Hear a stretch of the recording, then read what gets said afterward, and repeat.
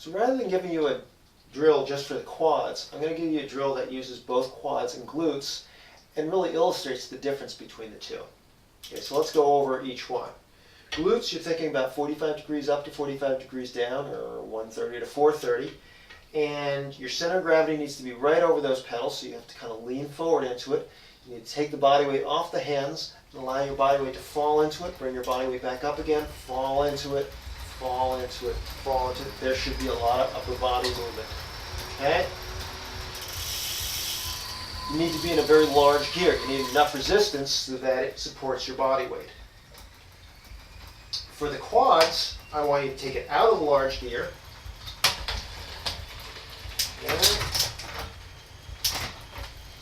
And I want you to think about first pulling up. So you have to sit up a little bit, take a little bit of angle out of the hips. Think about getting those hip flexors working first. Okay, I'm sitting up a little bit.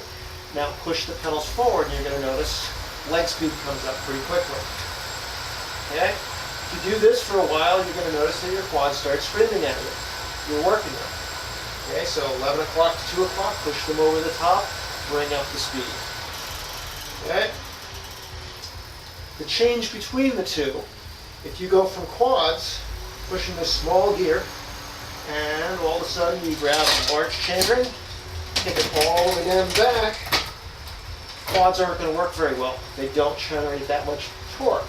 So what's going to happen is you're going to change your position, allow your body weight to fall into the pedals. Okay, back to glutes. You should notice almost immediately that the quads stop working, the glutes start working. On the other change, as soon as you sit up, the glutes stop working, the quads start working. So you're going to burn the quads, so I'm going to give you about 45 seconds on quads. Glutes are a lot better vascularized. They get better blood flow, so they don't burn out quite as easily, and they generate torque for long periods of time.